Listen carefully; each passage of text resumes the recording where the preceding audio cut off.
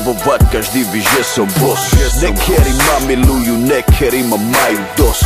Majú rádi, keď ja poviem pravdu do papule. Nemajú rádi ľudí, ktorí majú na toto kule. Prečo sa robíte, že ste všetci konzervatívni? Väčšina z vás je tak skazený a primitívny. Alkohol, drogy, fet, rasizmus, nenávisť, faloška späť, tento svet.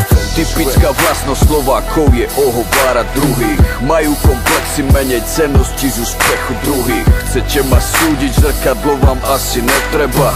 Pritom ste sa zabudli sami pozrieť na seba. Prečo ste taký zlomyselný a tak zakrný? Prečo keď sa niekomu darí, tak ste neprajní? Súdite druhých, pritom vy ste ešte horší. Nech hodí do mňa kameň ten, čo není vôbec hriešný. Ja som zrkadlo, ja som odraz tejto doby. Som vaše svedomie, som bosom vašej zoby.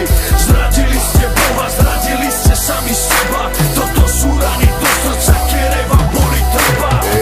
Gače mi neprajú, lebo mám love. Chcú mi zničiť moje sny, chcú ma vidieť dole. Sú nervózni, keď sa má niekto lepšie ako oni. Čakáte na výplatu, cítite sa ukratení. Ovce, treba strihať. Šikovným patrí svet a ringle môžu iba snívať. Možno keď prestanete závidieť, tak sa to zmení. Vaše zrkadlo pravdy bude čisté. Pozri oči na mne, keď sa niekde objavím. Máte ma v papulách, chrapuní, ja to vím.